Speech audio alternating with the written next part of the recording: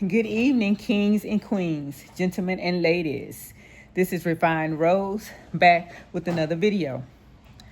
Y'all, have y'all abuser ever been so disrespectful where they will flirt with someone right in front of you, or if you're sitting in the car and the windows are cracked? That actually happened to me. Let me explain what I mean by that. Okay, my husband was complaining about Melvin Nobles, known as M03.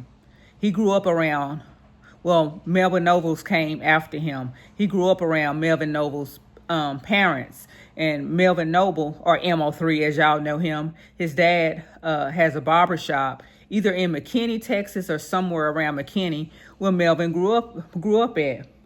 So one day, my husband's younger brother got sick and had to go in the hospital. I explained in another video about a person, something like meeting their match and end up having to be hospitalized. So a lot of people went up to see my husband's brother because his name is well known in McKinney, Texas. And I talked about how his feet was stinking and had the whole room stinking. And my husband was embarrassed because people was coming in and out.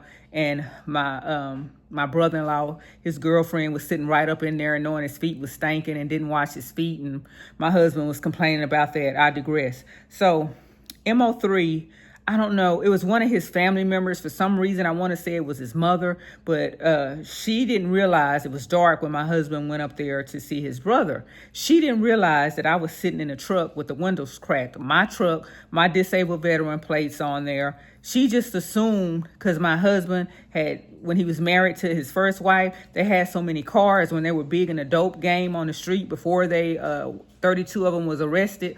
They had cars. He said he switched cars every 2 months. So I guess she was used to him still switching vehicles, but he was actually in my Dodge Limited.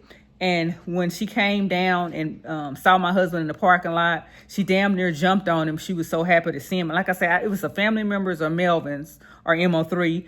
I'm not sure. For some reason, I want to say it's his mom or something like that. But they flirted for like 20 minutes with me in my truck with the windows down. And I heard it all. And he was just eating it up like butter, like he wanted to provoke a response out of me. She had no idea that I was in there. So they flirted for their 20 minutes back and forth, talking about Melvin and stuff like that. And then so she said, hey, he's like, well, let me get up here and let me check out my brother. Let me see how my brother doing. And he walked off in the opposite direction of the truck. And she was like, hey, aren't you going to turn your truck off? And he was like, oh, my girl is in there. Now, he didn't say my wife or nothing like that. And I guess girl may be sufficient enough. But if you could see the look on her face, y'all, after she found out that his girl was sitting in the car after they damn near kissed from being so close up, like titties on titties. Like, he has titties too. He's like 50, he's 53, about to be 54. He has titties too. They was like breast to breast talking. Now, if I had have done that, him being my abuser, he would get pissed and I would have a swollen lip later on that night. But I didn't say anything. I noticed it and I didn't say anything. And he stayed up there with his brother for about an hour. So I sit in the truck like for about a total of an hour and 20 minutes. And he came back and he was like, that was such and such. That was M03's. I want to say he said mother for some reason. I want to say he said mother, but I'm not sure. M03's mother and stuff like that. And I just sat there and I just sat quiet because I'm thinking now, when one of my friends came up to give me a hug, he pushed him down to the ground and my friend later died. But he sits there and he flirts with Melvin Noble's family member right in front of my face, trying to provoke a response from me. And I didn't respond. I didn't even respond when he got back inside of my truck. And he was just like, I just can't believe M03 wanted people to think he's from Dallas. He was repping Dallas or representing Dallas when he's not even from Dallas. He's from McKinney, Texas.